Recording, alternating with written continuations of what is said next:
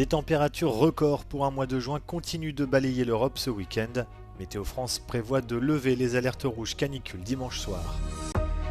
L'armée américaine annonce avoir frappé des cibles sur le sol iranien en réponse à l'attaque d'un cargo qui venait de franchir le détroit d'Ormuz jeudi.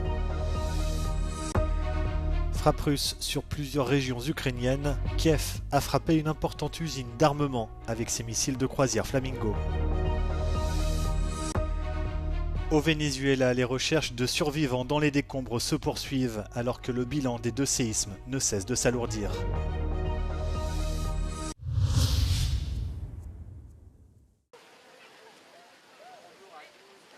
Des températures records pour un mois de juin continuent de balayer l'Europe ce week-end. À Paris, les hautes températures ont conduit à l'instauration d'une interdiction de consommer de l'alcool dans les lieux publics. La marche des fiertés prévue samedi a été reportée en raison de la canicule. Météo France prévoit de lever les alertes rouges dimanche soir. En Allemagne, une température record de 41,3 degrés a été enregistrée dans la ville de Saarbrück, dans le sud-ouest du pays. Aux Pays-Bas voisins, les autorités ont notamment invité les automobilistes à éviter tout déplacement non indispensable.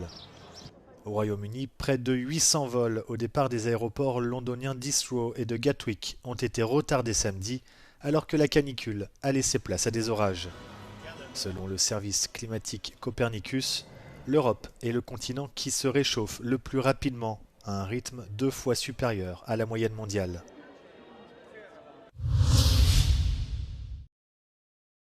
L'armée américaine annonce avoir frappé des cibles sur le sol iranien en réponse à l'attaque d'un cargo qui venait de franchir le détroit d'Ormuz jeudi.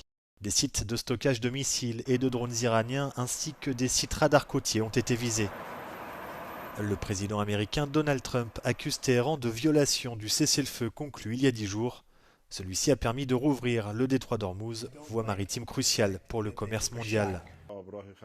Peu après les frappes américaines, l'Iran a annoncé avoir attaqué des positions des États-Unis dans la région du Golfe, menaçant d'une réponse plus large en cas de nouvelle attaque.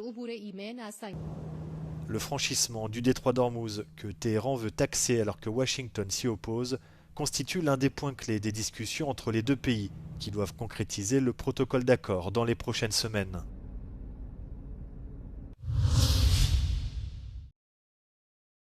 Les dernières frappes russes sur l'Ukraine ont fait au moins 2 morts et des dizaines de blessés.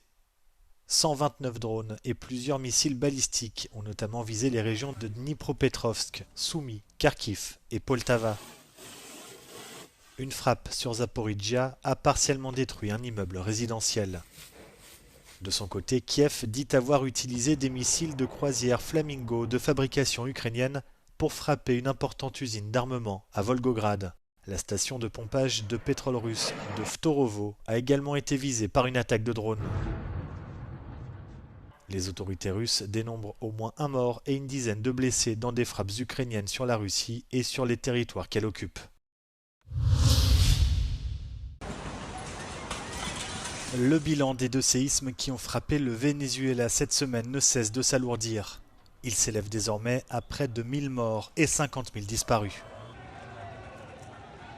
L'état côtier de la Guaira est celui qui a subi les dégâts les plus importants.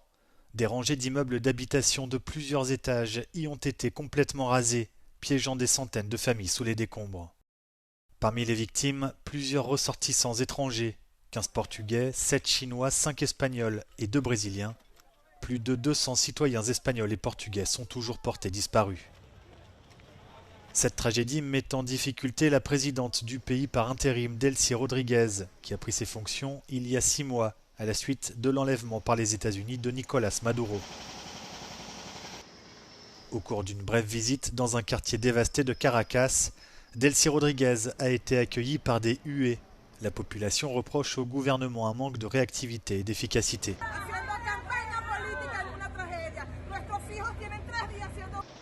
Le Venezuela peut toutefois s'appuyer sur l'aide internationale.